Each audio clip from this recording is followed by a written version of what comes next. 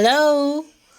Oh, morning, little stars! Thanks for being here in ROLOS Podcast, where talking solves everything. Welcome to another episode of our podcast. Today we are going to talk about various stereotypes and the impact that social media have on it. I know this is a serious and delicate subject, but it is so important to talk about it. So, today we are with a psychologist specialized in mental health and nutrition. This is the Dr. Lois Colorado. Good morning, Johan and everyone. Thanks for having me. It's a pleasure to be here. She's a doctor with a 20-year career. She specialized in psychology, mental health, and nutrition. Her work has been focused on the influence of social media on mental health. Besides, we are with a girl who will tell us about her experience with this issue. She studies biology at Oxford University.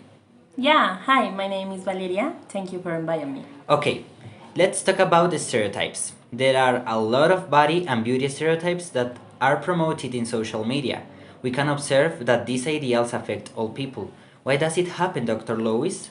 Well, there are many problems with hegemonic beauty standards because they generate a lot of stereotypes such as being skinny, having a body with the perfect measurements, like 90, 60, 90, having clean skin without acne, and having the perfect facial features. So those problems can have serious consequences because they create a lot of insecurities. People who are affected by those insecurities start to worry a lot about their image, and they usually try to hide their insecurities with filters that are based on hegemonic beauty standards and then pretend to be another person. Valeria, how about you? How was your experience being with this topic? Yes, well, it is difficult for me because I've normalized these troubles for a long time, especially with the impact of social media nowadays.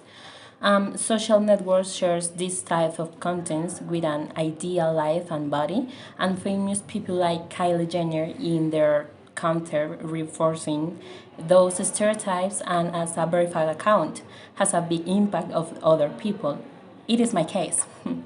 I was influenced by stereotypes and they generate mental problems in me.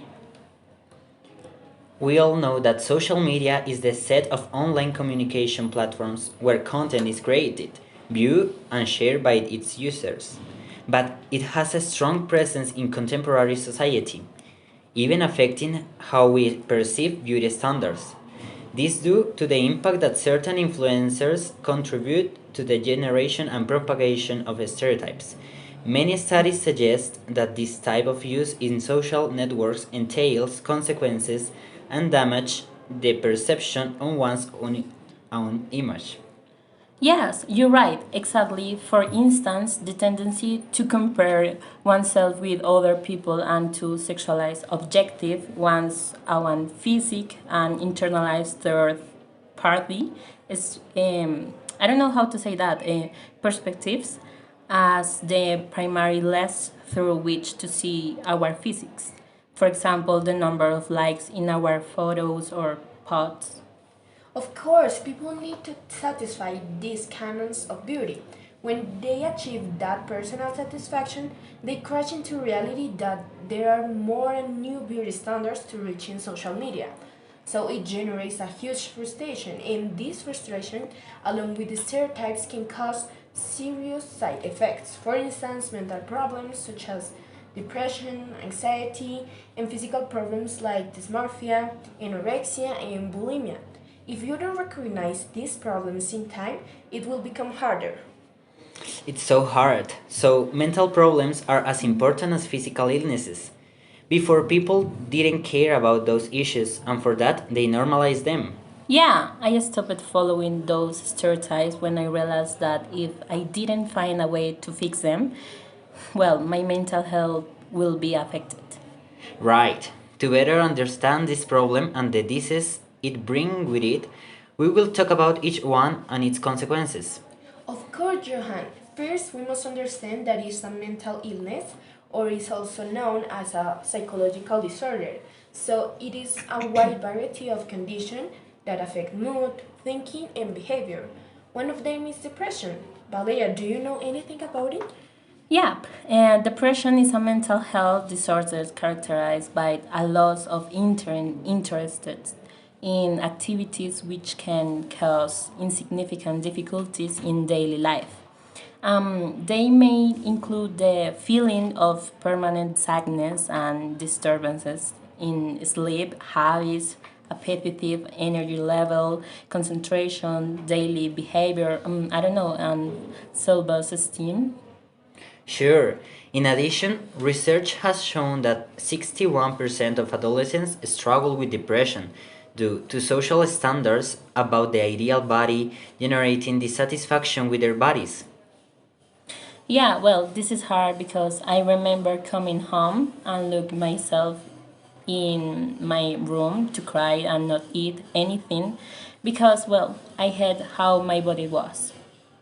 As you said, depression influences a lot of aspects in our daily life, and it can produce other illnesses such as eating disorders. Due to the influence of social media, some of the most common are bulimia and anorexia. So, bulimia is an emotional and eating disorder characterized by recurrent episodes of binge eating in combination with inappropriate compensatory behaviors. For example, self induced vomiting and purging, and there is an obsession with body image. According to 2022 bulimia nervosa statistics among youth with bulimia nervosa, 49% met criteria for major depression and 66% met criteria for an anxiety disorder. As you hear, that is a serious problem. Sometimes we think it is an unusual problem, but as we can see, statistics and experiences demonstrate that is a common issue nowadays. As you mentioned, anorexia is another eating disorder which is influenced by social media, characterized by abnormally low body weight, an intense fear of gaining weight, and distorted perception of that. People with anorexia place a high value on controlling their weight and shape, using extreme efforts that tend to significantly interfere with their lives. Having anorexia or bulimia is more complicated than it seems. It's not easy as says, I'm going to eat and I am not worried about my weight and my shape. No. When I started with the symptoms of anorexia, I didn't realize that, and I thought that it was normal. But when I went to therapy, I realized I really noticed that I had serious problems, not only anorexia and depression, also dysmorphia and anxiety, and also stress. I get you. All these disorders start appearing one after the other like a chain reaction, right? And we only realize when they are already advanced. You just mentioned dysmorphia, and it is a disorder related to the perception that a person has of their own physical image. People with body dysmorphic disorder spend a lot of time focused on the perception of their flaws and how to hide them. Yeah, in some cases, these people feel self conscious about some physical defect that, although real, magnifies it disproportionately. In other cases, these people have a wrong perception of their physique. For example, they see themselves as fat or even obese when they really are not. That's the truth, Johan. In my case, I was focused on my physical appearance, that it was hard for me to stop thinking about the parts of my body that I disliked.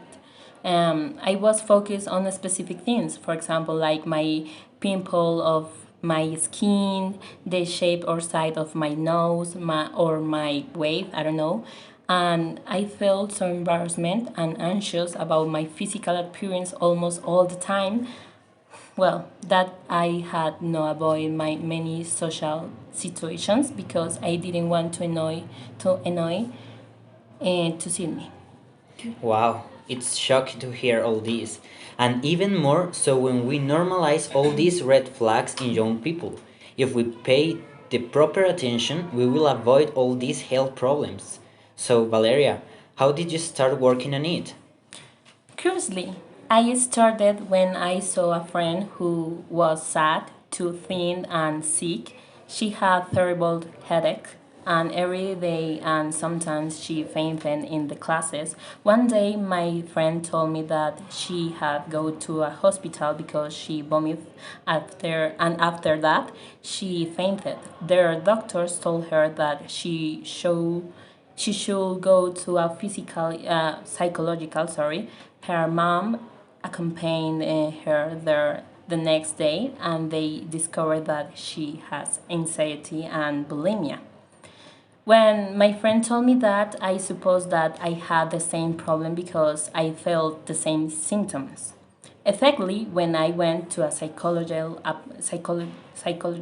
appointment, and the psychologist, sorry, told me that I had depression, anorexia, and dysmorphia. Initially, this situation it was sorry was too hard because I started worrying more. I was so sad. I took too much care of my food, so I began taking psychological and nutritional therapies, going to the gym, and controlling more my social media. So yeah, here I come. This process has last 2 years. I think so. Wow. It is a story of self improvement and courage. As you said, this is a hard process, but it is not impossible. Valeria, you mentioned an important thing social media. We all know that those social networks create a wrong perception of beauty and an ideal body. So, Dr. Lois, what impact does social media have on a person who suffers from this problem? Yeah, sure. The use of social networks tends to increase beauty ideals, right? Standardizing those ideals could have a big impact on the social life of the person who is involved in that problem, as Valeria said. So, because in social media we are exposed to a lot of information that sometimes is not true.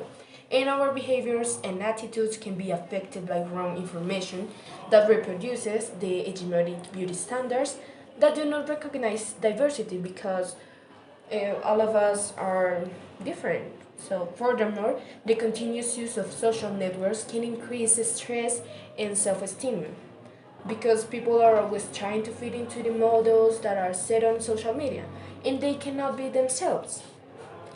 As we can see, there is a big impact of social network in our daily life. Taking into account that users of social media are 4.62 billion, and we should pay more attention to the content that we produce and reproduce. So I really appreciate your presence today. That is an extensive topic that requires more time, but maybe another time we can talk about it a little bit more.